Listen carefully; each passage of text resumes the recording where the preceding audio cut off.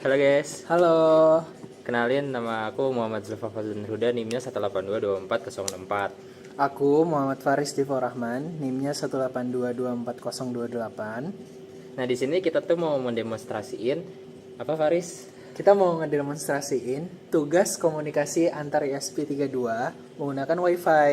Dan sensor peer tentunya. Nah, di sini kita udah nyiapin dua ESP32. Yang ESP32 pertama itu sebagai pembroadcast WiFi-nya dan sebagai web server. Ini yang ini. Dan yang satunya lagi adalah ESP32 yang sebagai WiFi client dan nanti dia akan menerima pin sensor.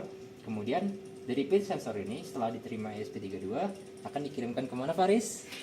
Nah, dari sensor peer ini, data yang bakal dikirimkan ke ESP32 yang ini, setelah dikirim ke ESP32 yang ini, datanya bakal kembali dikirimkan ke dashboard yang sudah kita buat menggunakan HTML. Nah, untuk mengakses dashboard ini, kita perlu terhubung dengan WiFi yang sudah di broadcast dari ESP32 yang ini. Betul Faris. Nah, untuk dapetin datanya gimana? Itu kan masih nunggu data tuh. Nah, Ya. tentu karena ini belum kita colok, harus kita colok dulu biar ada dayanya gitu. Ini kita colok coba. Set. Nah, ini nunggu startup dulu bahwa di situ ada ruang aman. Berarti belum ada pergerakan yang dideteksi oleh sensor peer. Nah, jadi karena saya dari tadi bergerak, itu dia mendeteksi ada pergerakan tuh. Wah, ada orang gitu. Coba gerakin lagi, Zulfa. Gerakin. Halo, halo, halo, bergerak, halo. Kok dia nggak mau bergerak ya Paris? Kenapa itu? Ya karena kadang sensor peer emang kayak gitu. Karena kan dia pakai pasif infrared, jadi kadang kayak orang gerak gak kedetek, tapi kadang ada yang nggak gerak tapi kedetek gitu. Itu bukan hantu ya, itu error dari sensornya. Nah, kita coba dada-dada. Hey hey, Coba gerakin sensor peer-nya. boleh. Nah, Nah, ada orang, no. Nah, kita coba gerakin tuh. Ketika sensornya kita deketin nih, kita sentuh dikit. baik. Selanjutnya kita bakal ngejelasin kode-kode yang kita pakai pada kedua ESP32 yang kita pakai tadi. Pertama adalah kode ESP32 untuk sensor. Nah, ini yang bakal kita hubungkan langsung kepada sensor peer kita. Pertama, kita siapkan dulu SSID dan password. Begitu juga dengan IP dan PIN yang bakal kita pakai. Lalu, kita masukin ke dalam function void setup. Void setup ini kita hubungkan dengan WiFi. Kalau berhasil terkoneksi, nanti bakal keluar status terhubung dengan server utama dan memberikan alamat IP ESP32 kita di call kembali. Lalu, ini merupakan fungsi utama untuk mendeteksi sensor peer kita.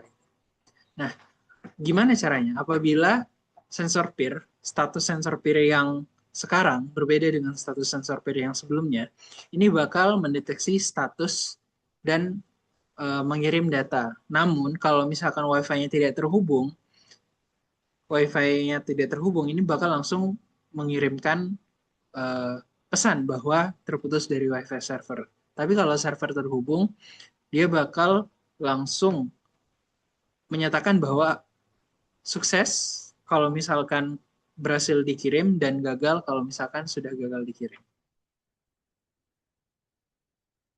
Nah, oke, sekarang kita lanjut ke kode yang diimplementasikan ke ESP32 yang sebagai broadcaster WiFi dan sebagai web server, guys. Nah, di sini kita bukan menginstal, tapi mengimport istilahnya package-package atau library-library yang diperlukan yaitu WiFi, WiFi UDP, NTP client, web server, Arduino JSON, dan HTML for peer sensor itu adalah nanti saya akan tunjukkan bahwa itu adalah file yang digunakan untuk menyimpan HTML yang nanti di broadcast sebagai dashboard yang tadi udah kita lihat sama-sama. Nah, yang pertama dia eh, WiFi-nya adalah mode AP dan sebagai mode STA. Kenapa dia butuh WiFi lain? Ini adalah WiFi eksternal yang dia akan connect. Nah, kenapa dia butuh WiFi lain? Karena dia akan mengambil data dari NTP server. Jadi waktunya adalah waktu uptime beneran gitu, bukan waktu uptime yang dibuat-buat. Nah, untuk APSS ID-nya sendiri itu adalah AP yang nanti di broadcast dan nanti akan dikonekkan ke ESP32 yang satunya. Nah, biar nggak ada kejadian IP-nya 0000, kita setting di sini biar IP-nya adalah 192.168.4.1. Itu adalah local IP untuk si ESP32 ini dan gateway-nya juga disetting ke situ. Untuk subnet masknya 255.255.255.0. Nah, ini adalah script yang berhubungan dengan NTP. Untuk sementara kita abaikan saja. Ini adalah motion event yang mengirimkan waktu dan juga status gerakan. Selanjutnya di sini adalah buffer untuk menyimpan. Tadi dilihat di dashboard kan ada 30 event. Nah, itu adalah buffer yang digunakan untuk menyimpan event. Nah, kita mulai web servernya, kita bikin apa namanya objek web server dan kita mulai di port 80.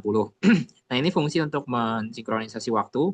Jadi kita ngambil data dari salah satu NTP, kalau gagal kita pakai yang cadangannya, karena di sini ada tiga pool yang kita ambil. Nah, selanjutnya adalah untuk formatting waktu yang diambil dari NTP-nya. Selanjutnya adalah untuk handle update. Jadi ketika dia ada perubahan, nanti akan dihandle gitu. Dihandle gimana? Pertama, kita nampilin apakah dia ada gerakan atau enggak. Nanti di serial monitornya ada, dan juga nanti di eh, sini di HTML nanti bakal ke-update. Nah, untuk handle data, nah gini, nanti dia bakal diubah jadi sebuah file JSON. Ketika dia dapat input, nanti dia bakal ngubah jadi file JSON biar bisa diproses oleh chart.js yang nanti ada di web yang tadi sudah dilihat. Ini untuk handle root. Handle root itu biar tahu gitu webnya rootnya di mana. Nah, terus setup. Setup adalah fungsi masuk di ESP32. Apa yang perlu kita setup? Yang pertama, eh, baud rate serial monitornya jelas. Terus kemudian WiFi mode-nya. WiFi mode-nya kita pakai APSTA karena AP-nya dia untuk membroadcast WiFi dan STA-nya kita untuk mendapatkan WiFi yang ada internetnya gitu. Karena kalau SP32 kan memang dia nggak ada internet. Jadi perlu kita konekkan ke internet agar dia bisa terkoneksi dengan NTP client, NTP pool, sehingga waktunya adalah waktu aktual saat dashboard menerima event. Setelah itu kita config WiFi-nya dan kita nyalakan. Kalau udah dapat IP address, kita lanjut ke ini kita tunggu sampai WiFi-nya nyala.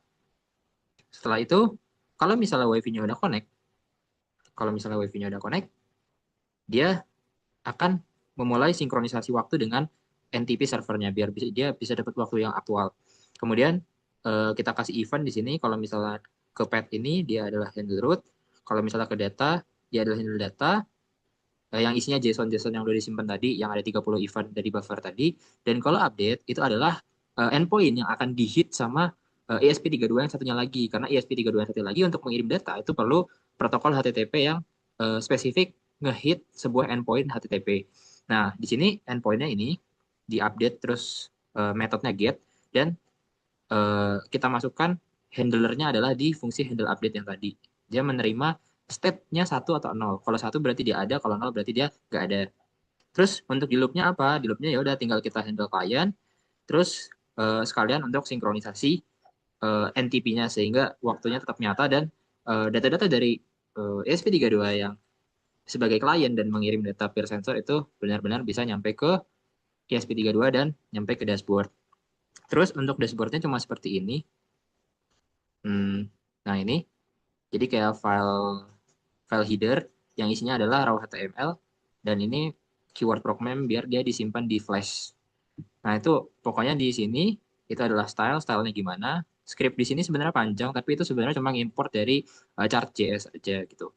Terus di bawahnya cuma HTML biasa yang nanti nampilin dashboard yang seperti tadi udah kita lihat. Thank you.